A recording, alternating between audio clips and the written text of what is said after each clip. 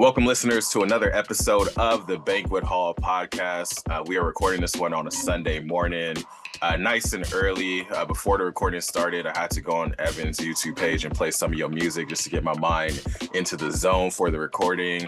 I want to go surfing. I want to go pick up some litter on the ground, and I'm excited for this episode. Evan, how you doing today? I'm doing great, man. Thank you for having me, Tyler. How are you doing? I'm doing well. I'm excited to just get to know you more, and as well as bring your mission and the things you value to our audience. Listeners, if this is your first time tuning into the Banquet Hall, make sure you follow at Banquet Hall Pod. Make sure you like, subscribe, and share this episode with a friend. We're going to have a really dope conversation, and I'm ready to get right to it. So lately, I've been starting these podcasts with random icebreaker questions. And as I was having my shower thoughts this morning, the icebreaker question I came up for you, Evan, what are 3 to 5 things that the perfect day consists of? So if you're thinking of like the perfect day that you, either a day you've already had or a perfect day you want to have, what are 3 to 5 things that day has to have? All right, off the rip, 3 to 5 things. I'm gonna say this, and I didn't want to start with it, but surfing for sure. It's either short or long. Waves are good or bad. Just getting out there. That's definitely in the perfect day. Even if it's not surfing, just getting in the ocean in general. And number 2, I'd say is working out, some form of workout. Of course, surfing is a workout, but me, I love lifting weights, and I love getting like I need some like you know what I mean. I love like picking up something heavy or like working.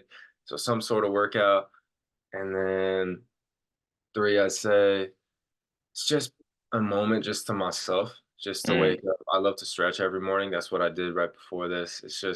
It's one, I have to do it because of just, staying injury free, but it's also just kind of, it's very meditative. And so I'd say definitely that's a great way to start off the day. It's just stretching. And then I'll go to 5. So 4 would probably be just time to spend with the family, honestly, dinner or just, lunch. Nothing specific in terms of the time frame, but really just being able to spend that time with them. And then number 5 would just I'd say those are the 4 essential things. I'd say those are the 4 things that I would Hey, love. I love that. That sounds like a great day to me. I think for me, definitely echoing something dealing with the water. Like I don't necessarily have to be in water, but if I go to the beach, I think any perfect day involves water and some, whether you drinking water for sure, but like being near a big body of water, that's very meditative and therapeutic for me. I love what you said about just a moment to yourself or some time with yourself. Like I think that's essential to a perfect day, just to reflect, just to relax, just to breathe for a bit. I got to throw a great meal in there. I don't know what the meal is, but just some type of good food that's like, I'm like happy I had this meal today.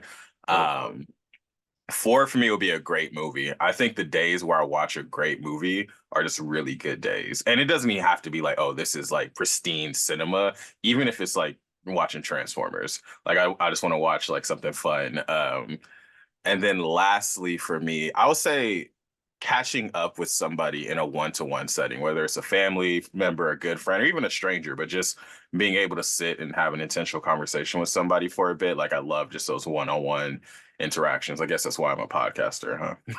Yeah, 100%. Perfect opportunity for that. Yeah, I like what you said about that. And I think I definitely got to agree with that in terms of spending time with family. It's something that you often forget about, which is catching up with those you love. And it's like we have access to it oftentimes, that's definitely, at least for me, I know I need to call people more often. That's something I'm trying to work on. And I think that that's huge, just being able to do that in general. So I love that you said that. I definitely gotta need to hold myself accountable and do that more often for sure. And to the movie, I need to watch more movies too, because I was always a fan of like Marvel as a kid, but it became such a large franchise, and It's a lot. there's so many different things. It's like, dude, you got like 5 different shows at once, and they're all connected. It's like you go to see a movie, and everyone's talking about, oh yeah, in this episode there was this egg, and then this, I think it's called Easter egg. Yeah. There's all this stuff to catch up, and eventually I just, I'll go watch I watched Infinity War, and I was like, all right, I got it, you know. But Nah, I definitely feel that. I'm much time as I make to watch movies, like I'm fully locked in. Like you can ask me anything Marvel related, I got you at the drop of a dime. So if you ever need a recommendation on where to start or some clarification after you watch something, I got you, Evan. For next movie, I'm gonna hit you up and be like, all right, what do I need to know? There you Definitely got you on that. Definitely got you on that. But yeah, listeners, let us know in the comments or on the Spotify poll what are 3 to 5 elements of your perfect day. And then also, if you thought about somebody that you think you should call or check in on after this episode is done, give that person a ring. Like, hit them up, see how you doing. Because I think, and it can never go understated how much it means when people just think about you like organically, like not calling you to get something, not calling you because you want something, but just like, hey, like you cross my mind as a human being and I want to check in on you. So highly encourage y'all to call whoever came to mind as we were talking about that. 100%. So let's go ahead and get started with the formal interview itself. Evan, where are you from and how did that shape who you have become and are in the process of becoming? I was born and raised San Diego, and I was very, very blessed to grow up where I've grown up. I grew up in Sunset Cliffs, Point Loma, and I lived a little bit in PB, back and forth between Sunset Cliffs and PB, but mostly I grew up in Sunset Cliffs, Point Loma, and I went to High Tech High, which is in Liberty Station, and then switched to Point Loma High. Overall, I stayed in the area, and it really just shaped who I am because I was blessed to grow up by the beach and grow up in an environment where that was a very prominent thing to do. And I just started surfing. I hated surfing at first. I was terrified of it, but my dad kept pushing me into it, and I just eventually started to like it more and more and more. And yeah, now it's something that I need. So it's really just growing up in San Diego in general, that's specific to like Point Loma, but really just growing up in San Diego in general, it's a very, I think, diverse area because there's so many different cultures and there's so much different history all across San Diego that there's always a perspective to gain. There's always a perspective to gain everywhere. But I think that, I grew up in Point Loma, but I started going to open mics when I was 16. And from there, I started meeting people from around different parts of the area. Also going to high tech. I'm sorry, I'm bouncing around Oh everywhere no, I here. go for it. Going to high tech, I'll clarify, it was a lottery system to get in. It's a charter school, so Mm, it's free. But the further away you live from the school, at least is what when I got in, the further away you live, the more likely you were to get in because they wanted diversity. So through that, I definitely met a lot more people from around San Diego in general. And then going back to going back to going to open mics, I started meeting different people just from around the area in general. And it's in a unique setting. That's the cool thing about it is there's so many different people that like open mics. yeah. It's really just like an amalgamation of different perspectives and different skill sets.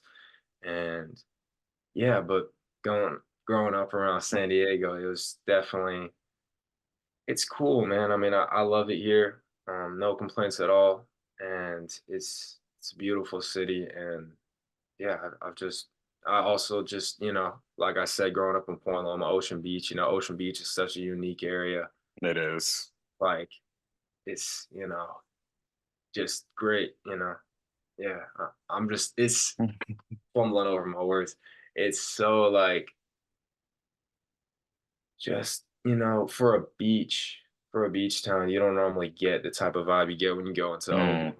Mm. And it's just, this is exactly what they think. I can't describe it verbally. It's just, It's yeah. indescribable.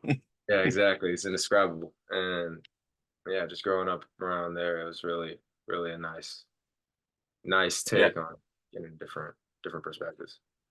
Yeah, and I love how you framed open mics as a place where you meet people from all around from many different perspectives. Because I think when I first started going to open mics, I didn't know that's what I appreciated about them. But in retrospect, like that's really what it is. You're meeting people who have come from all around the country, all around the world.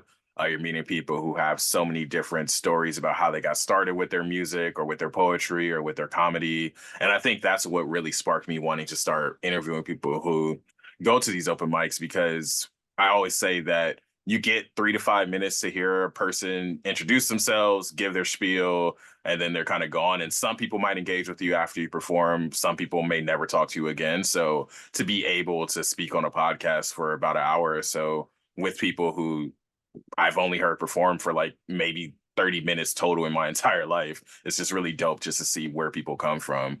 I want to get back real quick before we get back to your music. I want to talk a little bit about surfing because, as someone who's never been surfing, and I know probably there has to be a few listeners who've never been surfing, what is it like being out there in the water that makes surfing such a vibe for you?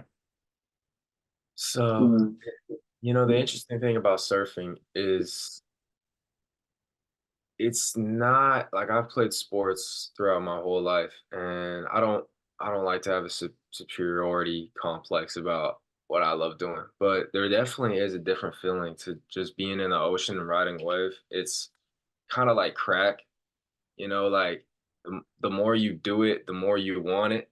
It's just like when you catch a wave, the feeling it's indescribable. You get this feeling of adrenaline, but it's also very common. Of course, it's a pain in the ass to learn. It sucks to learn because you're always falling. It's cold. You got locals who are getting pissed at you. You got to like find the right spots, but it's like at the same time, people get annoyed with you if you're a beginner. So it's very tough to learn.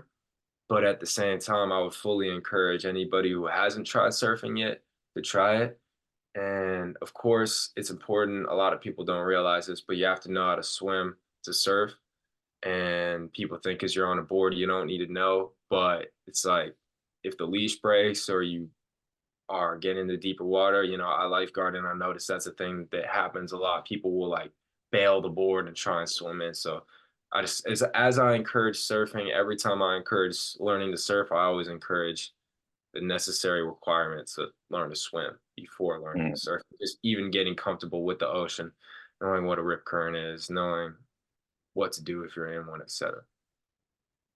It's never crossed my mind that people think that you can surf without knowing how to swim. Like that kind of blew my mind right there. Like, Right? It's crazy. It's like people think you got the board, you're waist deep, you don't need to learn, but yeah, it's definitely a common thing for sure. wow. Hey, I learned something today because I don't know. Big body of water, you're in it. I just assume that you need to know how to swim. But this is also coming from someone who's known how to swim like virtually all my life. So learn how to swim, y'all. If y'all listening to this, take some swimming lessons, have somebody you trust teach you how to swim or something. But I definitely do want to try surfing eventually just because I can imagine, like, as much as there's fun and the exercise component of it, I also think that just like being out there on a board in the middle of the ocean just sounds like a very like therapeutic time. Even if you're like surfing by yourself, surfing with a group of people or whatever it may be, like just being able to be on a board in the middle of the ocean just seems like a nice vibe. And I think I would appreciate that. Yes, 100%. And feel free to hit me up if you need lessons or need a spare board, man. I got bigger boards if you need it. So yeah, but it's a great feeling. Even if you don't catch a wave, even if you just paddle out, go for a paddle, paddle from like you're not supposed to paddle near the pier, but paddle to like a buoy and back, or maybe not that far if it's whatever sharky. But like just go, go right on the outside and paddle some 500 yards or something.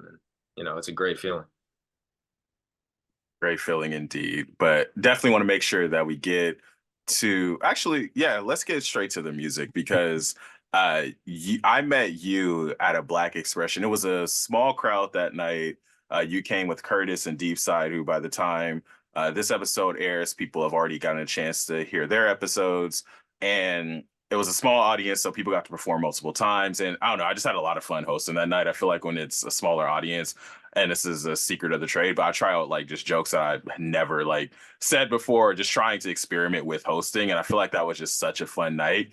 And I will say, your first performance was probably the funnest performance I've ever emceed because, and I said this that night, but as the host, you get a unique perspective of the crowd. You get to read the crowd's vibe because I'm thinking about like, okay, what am I going to say next? Who's going up next? And I want to be able to comment on a performance. And so you went up to perform. What beat was it that song was?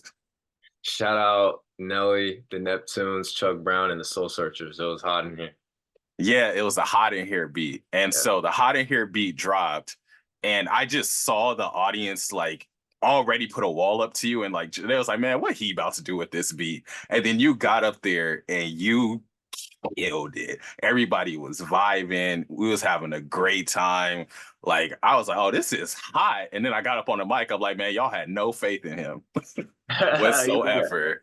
But yeah, man, I just had to bring that story to the podcast because that was just a fun moment because I was like, dang, like you really got up there first time at Black Expression with the hot in here beat, and we was all impressed. And so before we get in too deep into the performance aspect of it, I just have to rewind a bit and how did you get your start with music?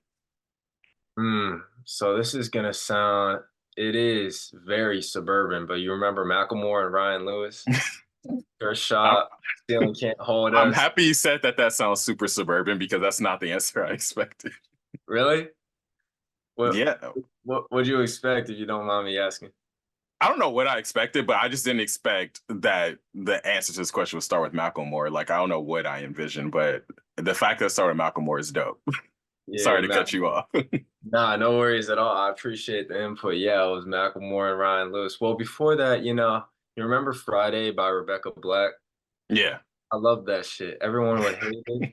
Everyone hated it. Everyone, I love that song. So that was like an early memory. I remember being in the car in the Prius and hearing that song and like, yeah, like kind of zoning out, like bopping to it, not really knowing what this feeling was, but I just loved what I was listening to. Same thing with the song Dynamite. And then besides that, it was just Minecraft parodies before that. But Macklemore and Ryan Lewis was like were the first artists that I looked up on YouTube, watched the music video, really learned the lyrics. And then from there, I learned Can't Hold Us and a little bit of Thrift Shop. And from there, I've always liked to just do my own thing. I don't like watching sports unless I'm in like a setting, like a barbecue or like a family thing. I like doing it. So when it came to rap, I was like, I want to write my own stuff. I don't want to learn someone else's lyrics. I want to write my own. So I just started writing poems. Wrote like 3 poems, kind of merged them, turned them into a song, and then from there it just you know snowballed.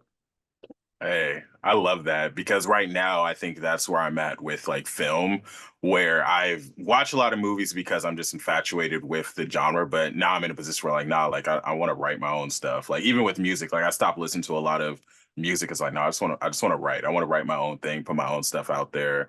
Um, but yeah, going back to Black Expression, like I said, you killed the performance. Um, yeah, what is it like performing? Like I think that one of the cool things about podcasting is we really get to unpack some of the different aspects of being an artist. What is it like for you as someone who, like you said, you got your start listening to like Macklemore, Rebecca Black, and now you're writing your own music, you're performing your own music. What is that performance aspect like? Because you definitely, when you said that you love like just vibing out to Friday, I'm like, yeah, you give that type of vibe to where you like doing your own thing, you have your specific vibe, and you have a lot of fun with it. And I think it's obvious you could tell it's 100% authentically you. So, what is it like when you're up there performing? Man, I definitely used to get nervous, and I still do get nervous. So but once I just get through that and just as long as I know what I'm doing and I rehearse what I'm doing and I'm confident in it, it's an amazing feeling. It's kind of like, when you're riding a wave surfing and you pop up and you're good. Like you're on the wave Mm. and you know you're not going to fall. I mean, you could fall, but it's like performing, it's like I know I'm not going to stutter. I could stutter, but regardless, I feel amazing. And it's like, especially when you see the crowd start to feel it a little more. I've had plenty of crowds who don't like my music. I've had plenty of crowds. It was awkward as shit walking back. And I've been booed off stage before. Like, it's been, I've had those bad performances and I probably will, and I definitely will have more bad performances. My key though, when I go up there is just to put forward the best version of myself that I possibly can. As long as I put forward a performance that I'm proud of, that's what I care about. And I don't always do that for sure, but that's my main objective when I step up there. Mm. I love that. And even like as someone who hasn't surfed, I think that analogy with popping up on the surfboard is so perfect because Yeah, at a certain point after you performed a bit, you kind of just have to trust like, hey, I this is my craft, this is what I do. If I mess up, oh well, like I'm human, but I know that I've put in the work to do what I want to do. So yeah, I love that analogy so much. Thank you. By the way, you killed at hosting too. I thoroughly I enjoyed it. Great introduction. Thank you. I definitely appreciate that. And I like Deep Side said that on a pod, Curtis said it on a pod. So I'm really receiving that affirmation too. Cause similar thing with hosting, like I get nervous before I get up there sometimes too. But at the end of the day, I'm like, hey, I have control of the mic and the crowd. So we gonna have a good time or we not. And I'm gonna just make sure that I'm having the vibe of we're having a good time. And I'm gonna make some jokes that don't land, and then we just gonna go to the next person if nobody's laughing. But if we're having a good time, we're gonna have a good time. And like I said, I think that night was one of my favorite nights hosting just because of just the crowd interaction. It was a great crowd that night. People were vibing. And I do have to say, as like someone who was hosting the event, I think you, Curtis, and Deep Side brought a lot of that energy with y'all because y'all got up there and had a great time. And we could tell y'all had y'all bond, y'all was recording each other, y'all was dancing. And we're like, yeah, like we here to vibe. And no matter if it's 10 people in a room or 50 people in a room, we're having a good time tonight. Yeah, shout out Curtis and Deep Side. I think Deep Side was the one who sent the Black Expressions mic to us. So yeah, shout out Curtis and Deep Side. Shout out them as well. And listeners, if y'all want to go ahead and save their episodes to watch later, if y'all haven't already watched, definitely tap in. But let's get to the second performance of that night because as iconic as the first performance was, I feel like the next song that you performed, that was when I was like, oh, I need him on the podcast because we called you back up and you're like, I'm gonna do this 45-second song. And you got up there, you did it. It was over like that, and I just wanted more. I was like, nah, like I need some more time. Like 45 seconds isn't enough for this song. And if folks dive deep into your discography, your music, they'll see that a lot of your music has a really important message. Not well, your music in general has a really important message to it, but a lot of the themes of your music is centered in environmentalism, protecting the environment. And I want to have you talk a little bit about that song specifically, but as well as why environmentalism and saving the planet is so important to you. Not that it shouldn't be important to us all, but of course, you as an artist specifically. 100%. So that song came from I made a TikTok. This song specifically, "Why Can't You Surf After Rain?" And I made that song. It was a TikTok, and I know I talked about this at the Black Expressions mic a little bit, but I'll sum it up for anybody listening. It was I made a TikTok about it was a comedy skit, "Why You Can't Surf After Rain?" And it was like a guy went surfing after rain, and then I had a filter where it had his like face all different afterwards, and it was just the TikTok is on my page too if you really want to watch it. But regardless, a lot of people commented, "Why can't you surf after rain?" A lot of people were confused. I don't surf. I don't understand this. And me, I grew up in Southern California, so I was surprised to hear that. But it makes sense why people wouldn't know that. So I just made a song about it, and then yeah, that's literally it. I know that's anticlimactic, but that was how that song came.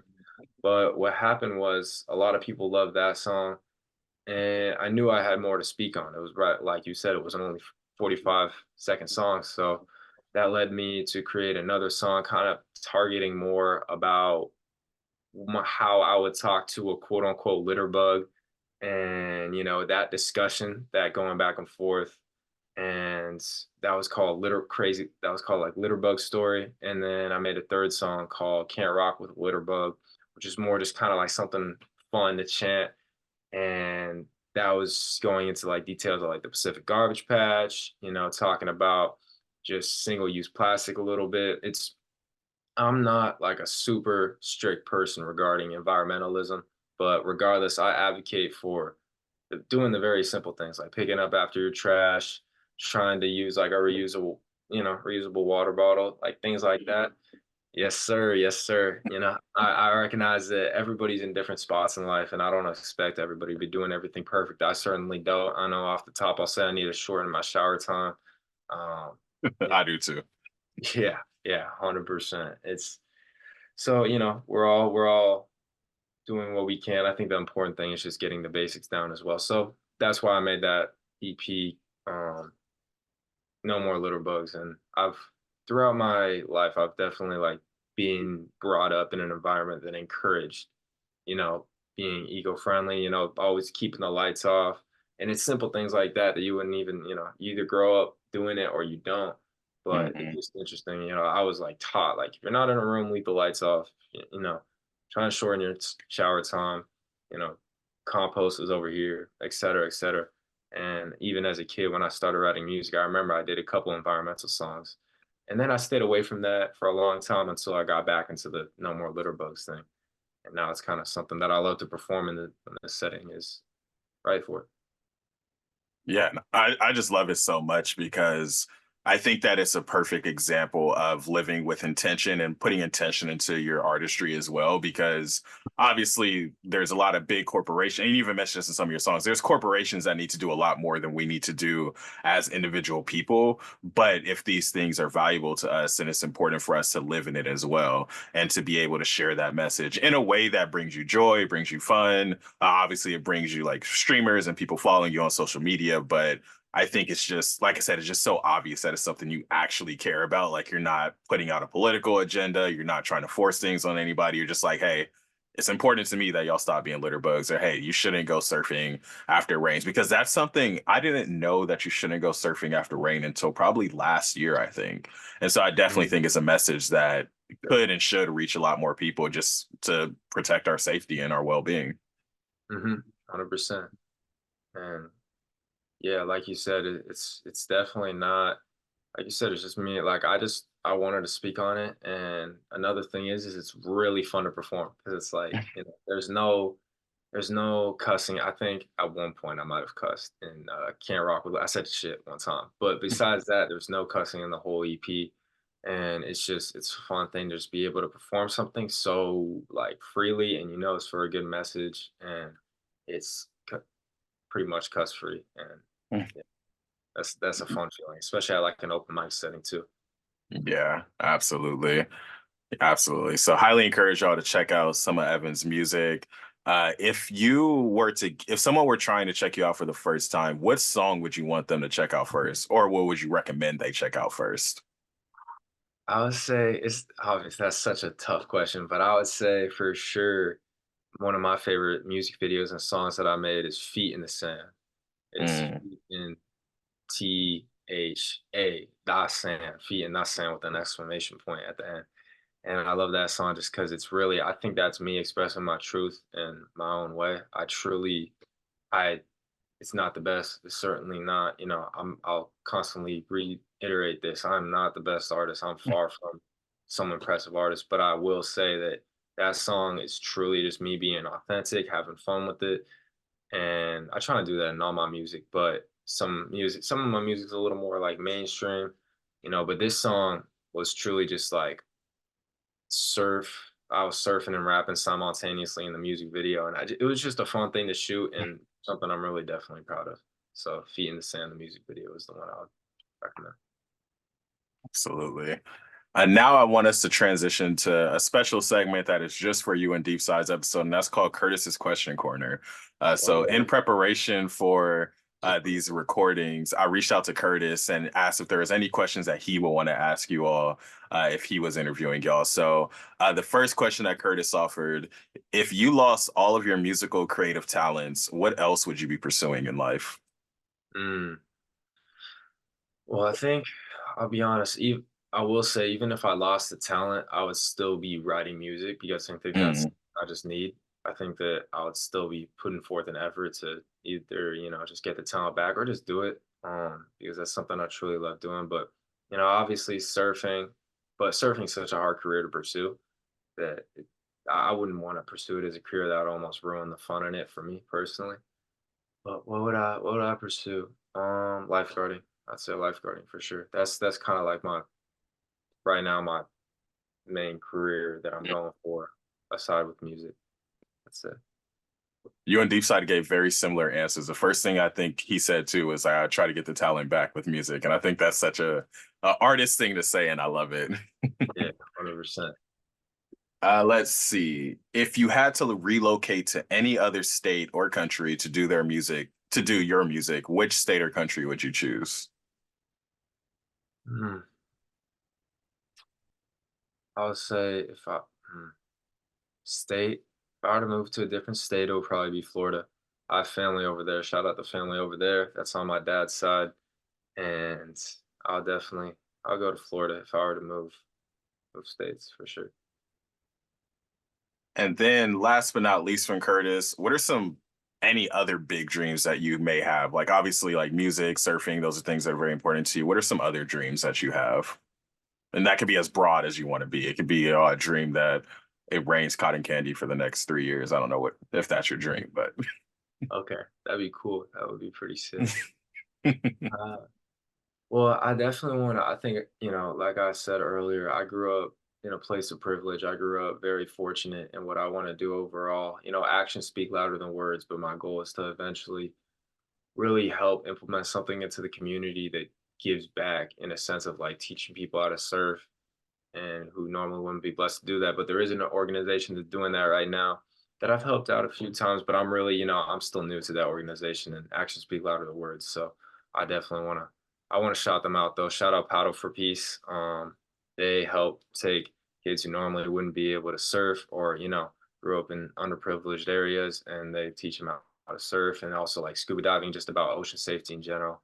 And I also would like to shout out Black Star Polo as well, run by Sante Prince. I don't know if you know Sante. oh yeah, He, hot chocolate. I love Sante. yeah, hot chocolate. Yeah, he's an amazing guy. He started the first ever water polo team in Ghana, and he also runs Black Star Polo here in San Diego. And that's an amazing organization that takes, I believe, kids who are kids of immigrants from Africa and teaches them how to swim, gets them into water polo. And yeah, but check them out, Water Black Star Polo and Paddle for Peace. Two great organizations. But my dream would be essentially to do something along that lines, or at least play a huge part in something in that lines, along those lines, and you know, just do whatever I can to help push that forward. Absolutely. And definitely encourage y'all to check out the work that Sante's been doing over the last few years.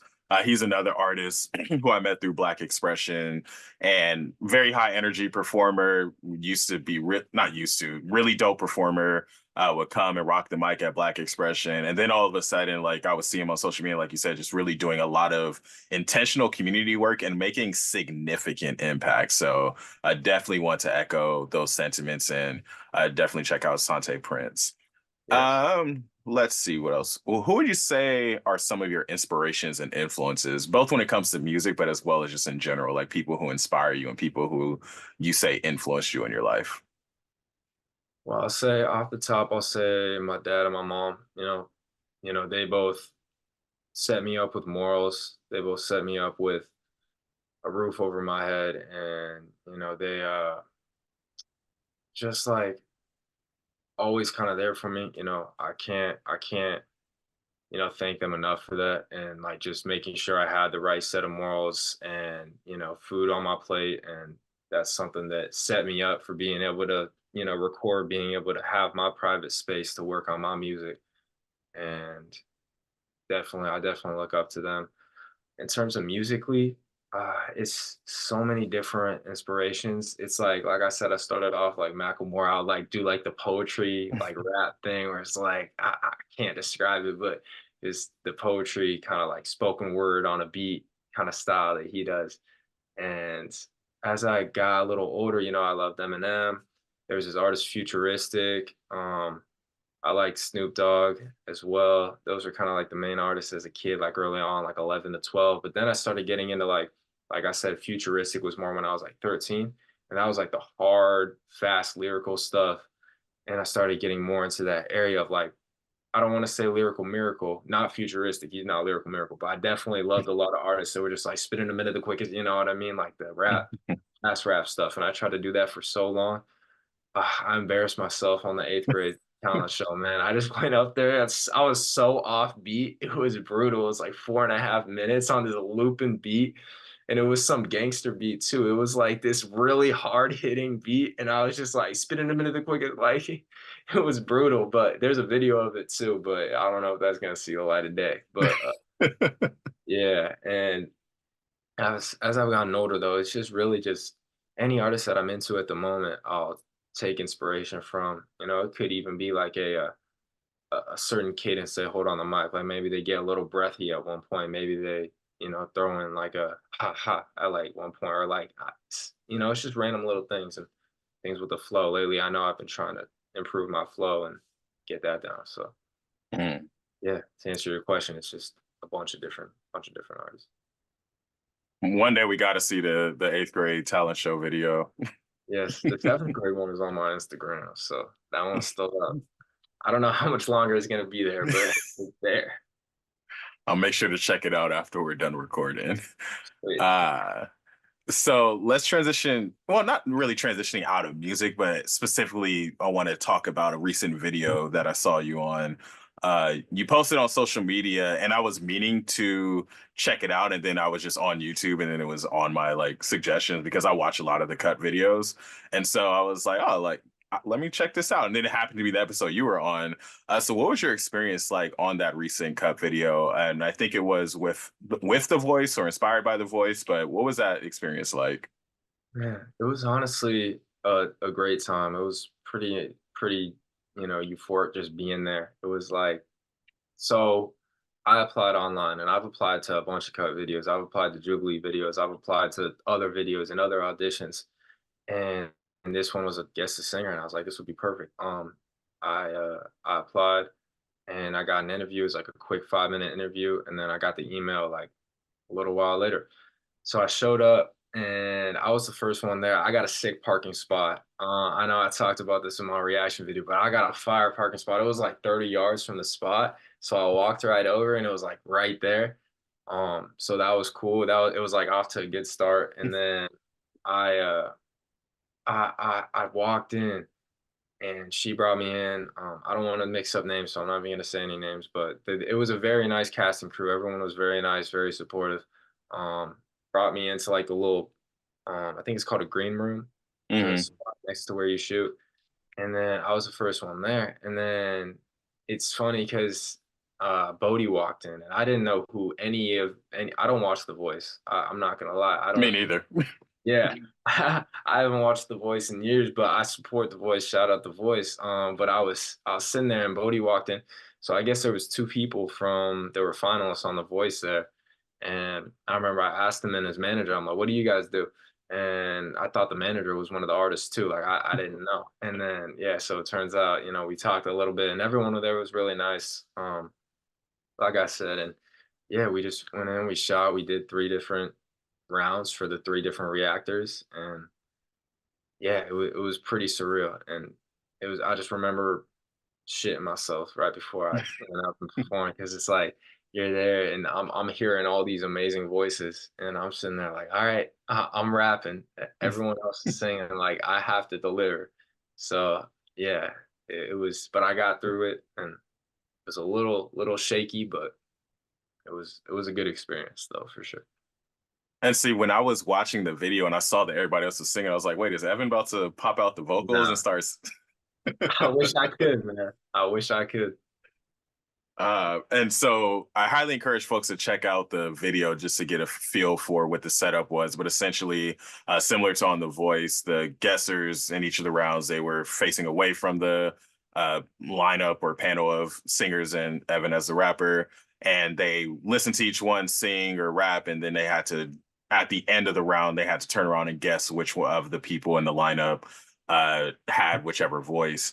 And so I guess the biggest question that came up, like, what was it like when you heard them describe who they thought you were before they turned around and saw you? Like when they were naming like different characteristics they thought you had and tried to guess like who it was. And I think two of them guessed you right, I think, or at least I know one guessed you right. So what was that whole like guessing process and being described like? Mm. Yes, it was 2 out of 3 guessed me right. Yeah, and it was interesting. I mean, I expected most people to be pretty accurate. I was talking about, just who I am. So it was kind of like I wasn't really persuaded like I wanted one thing or the other. It was just kind of like, okay, most people were pretty accurate though with their description. I think the two girls, the band them, they guessed like short hair and a beanie, but besides Hmm. that, most people were pretty accurate. And they were asking stuff and they started kind of getting on me. They were like, "Wait, do you serve?" And I said, "Yes." And then they said, "Okay." And then they started narrowing it down and then yeah. Yeah, definitely a fun video though, and looking forward to seeing like more artists that I know, like being able to have that platform because you never know what like that exposure can do for an artist's career or just introducing new people to your music. So I'm happy it was a fun time. Happy it started with a good parking spot because I agree, a great parking spot is a sign of a great day. That Oh might yeah, like if my perfect day involved having to go anywhere, it needs a good parking spot. yeah, 100%, 100% agree. You got to start that way. But yeah, I'll shout out. I will just real quick, just shout out everybody on there. Yeah, and shout out Chad too. He was a super chill dude on there. He was the one next to me with the tattoos. Son of the Hmm. opera. Yeah, he killed that. But yeah, He like did kill that. yeah, yeah, he's a chill dude, and they're all cool people. They're all great people, great vibes all around. All right, as we get to the tail half of the podcast, this is one of my favorite questions to throw in there from time to time. What is your Zen place? So, either a physical place or just what set of circumstances bring you to a peaceful state of mind? I'd say the perfect spot would just be, you know, paddling. I'm gonna say this, but on a surfboard, whether I'm surfing or I'm not, even if I'm just going for a paddle in the ocean, just like being out there by myself.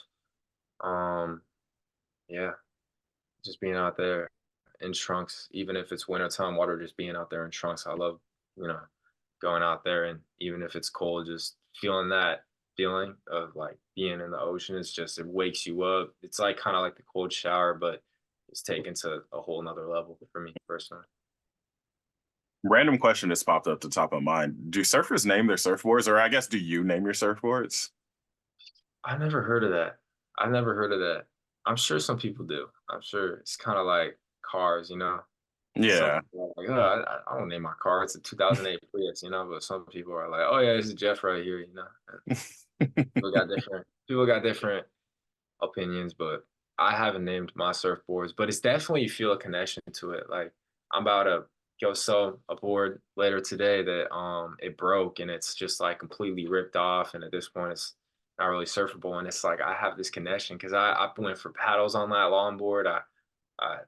It's like you feel like you have this connection to it, even though it's just this piece of you know styrofoam, not styrofoam, a piece of like fiberglass, and you just you definitely feel a connection to it. But Styrofoam board would be interesting if you were out there trying to surf on a styrofoam board. that would be crazy. I mean, Kelly Slater surfed the door, so I mean, I'm sure it could be done with the right tools.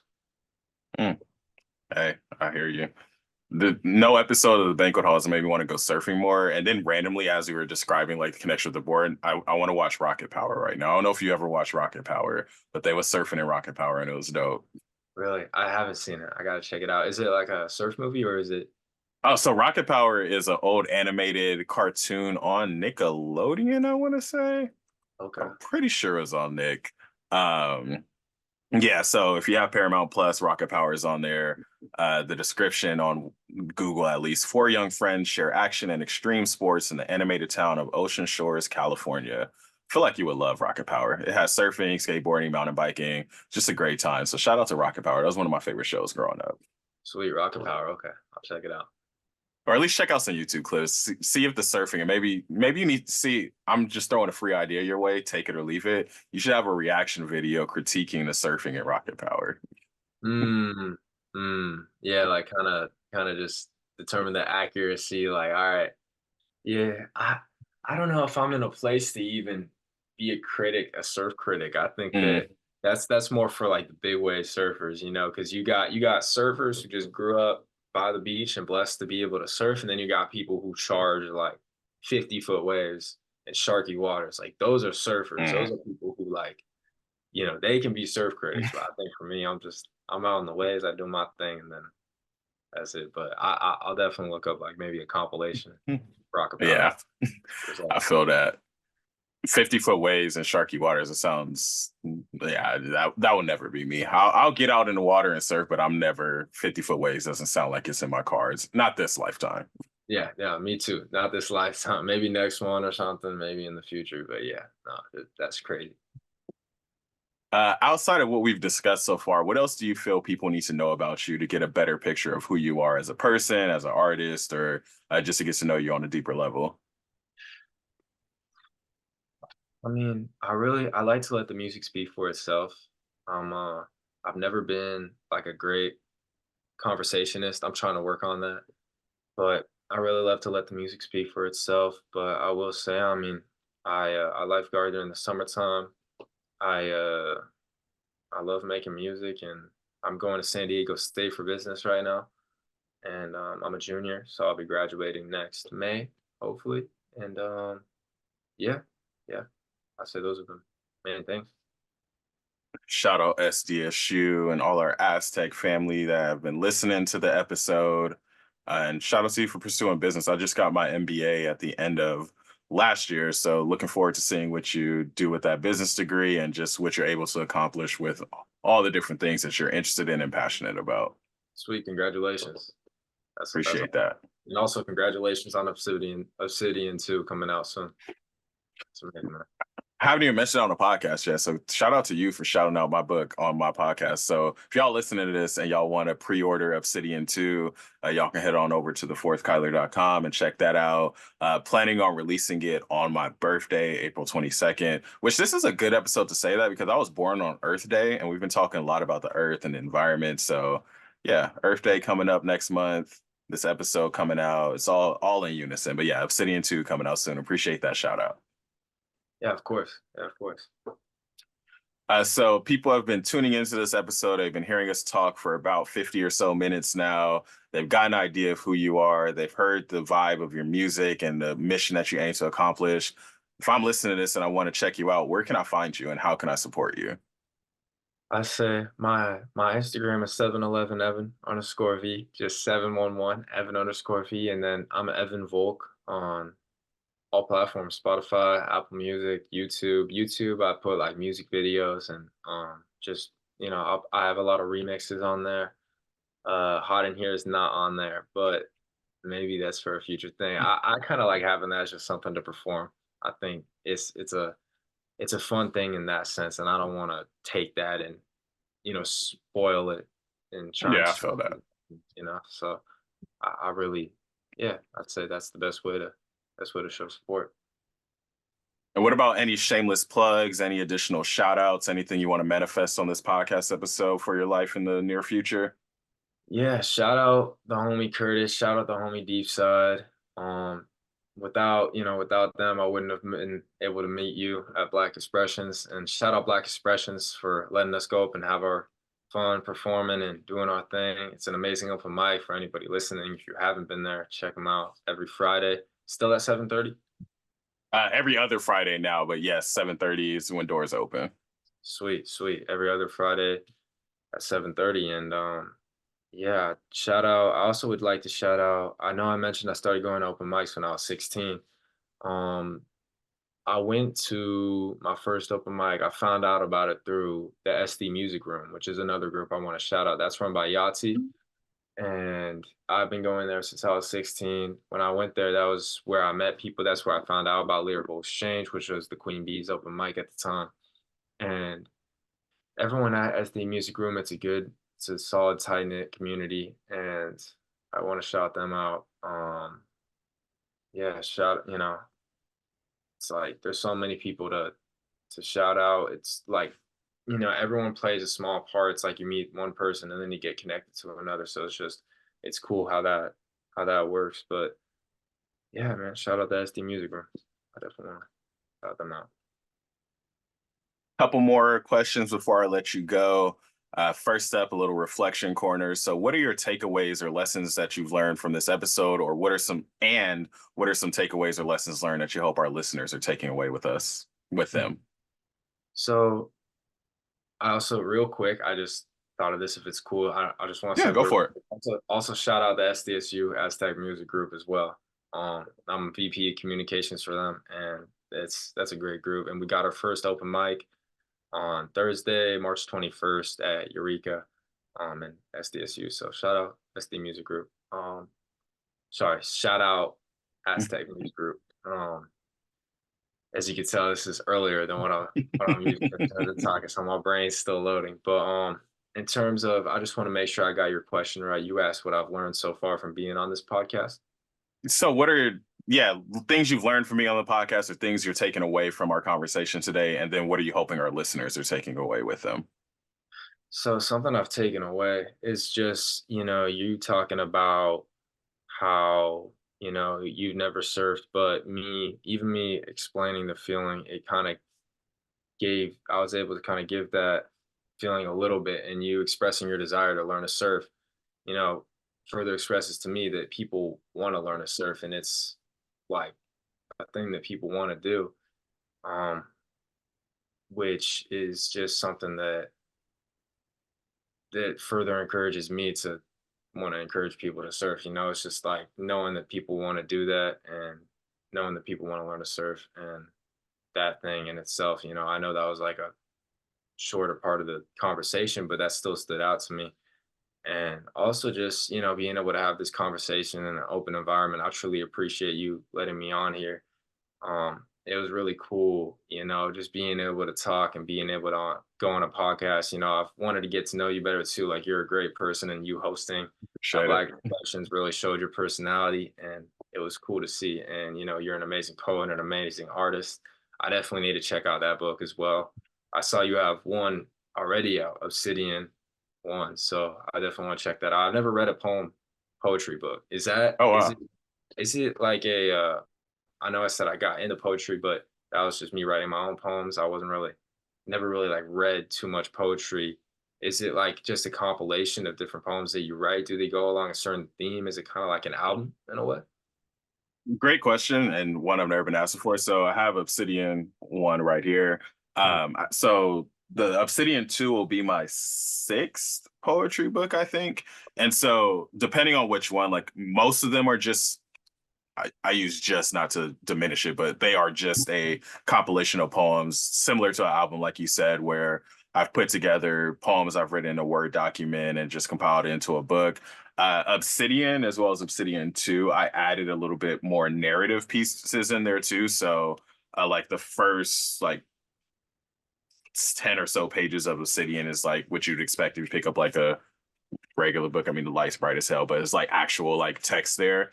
But then as you get further into the book, they're just like poems in the book. So depending on what I'm working on, some of the books they have a theme to them intentionally. Others, a theme kind of is born from just the poems as I put them together. And I haven't put this out in the public yet, but by the time this episode comes out, it will be public. The full title of Obsidian 2 is Lave et Amour, which is French for lava and love. And so a lot of those poems have to do with love. And then lava is something you have to read the book for to understand the deeper meaning of that in the book. But yeah, just the poetry book is just a way for me to put my pieces out there because I have a lot of poems written that aren't necessarily pieces I want to ever perform. They're pieces I feel are better when people read them because I want people to be able to take intentional time to see exactly the words I'm using and see what that experience is like for them in the moment. So that's why I enjoy writing poetry books and really excited for this next one to come out as well. So I appreciate you wanting to check it out. Yeah, of course. I love hearing that too. It's really interesting because I've never really tapped into, like I said, poetry in terms of a listener's perspective. So it's very interesting. I'm definitely gonna check that out because it looks very interesting. Like reading back to back poems and even having a narrative that goes along with it. I definitely, I love albums for that sense. So poetry definitely be interesting. And it's interesting that you say that you have some poems in there that you feel more comfortable. You think they fit better being read as opposed to being performed. And I think that definitely relates to music as well. Like, I have songs that I don't really want to perform, but I feel like I really want to push out because it's a piece of me. Hmm. I don't really want to perform it. I just want to let people listen. And I think that that's cool how there's similarities in poetry as well. So sweet. Obsidian too. I definitely want to check it out. Yeah, I definitely appreciate that. What are some takeaways you want our listeners to take away from this podcast? So if they listen to this podcast, what are you hoping they got from this episode and got from learning more about your story? It sounds cliche, but be yourself. It's cliche for a reason because that's where you find inner peace the quickest. I used to, back in high school, I remember I would rap about stupid shit. I remember talking about doing stuff I wasn't doing. I never got too out of line, but I would stretch the truth a little bit and just, try and be someone I wasn't. I remember at one point in high school, like halfway through my sophomore year, junior year, I found myself changing my personality to fit my music. And I'm like, what why am I kind of had this realization moment where I'm like, why am I doing this? And over time, I've learned that being yourself, and I hope the listeners can take this away. Being yourself through your art, or whether it's not art, maybe it's just an activity something you love doing. That's the first step to getting a weight off your shoulders of caring about what other people think. Is if you're being yourself, then that's there's a peace of mind there, and you're always gonna have thoughts about what people think. I still sometimes care about what people think. That's part of life. That's human nature. But being yourself is the first step towards that. And another thing I would like to encourage is, learn to surf. Go for it. Make sure you go out at the right spot. Don't go out to the advanced spot. Don't go out to a super crowded spot. Try and go to like South La Jolla Shores, not Greenwall, but like South La Jolla Shores or like Pacific Beach, kind of in the open area. But always ask a lifeguard beforehand where the rip currents are. Learn about the rip currents. Make sure you are a confident swimmer. And yeah, Great takeaways. I would say what I hope listeners take away from this episode, very similar to your uh, be yourself, love yourself. But also I think the biggest takeaway that I'm taking away with this is when you're doing something you love and doing it with very much intention, like you're going to have fun doing it. It's going to take you places and you're going to connect with people. Because I think the people I've connected with most that go to open mics or that have been on this podcast are people who like this is just who they are. Like I'm giving people a snapshot in the form of a podcast is who these people are, but from what you say, what you do, your artistry is all a part of being yourself and doing something you love. And I think the more that we invest in what we love, the money will come, the fame will come if that's what you want. But it's most important to just do what you actually love doing because you don't want to be miserable, like putting forth a persona that isn't who you are. Like you said, like when you were first starting to do music, you were putting out this persona that was stretching the truth of what you've done or who you are. But now you're in this position where you're really embodying, like, this is the message I want to put out in this world. This is the music I want to write. And I think that's so important for any artist, but just any person in here, just in general. yes, 100%. You nailed it, man.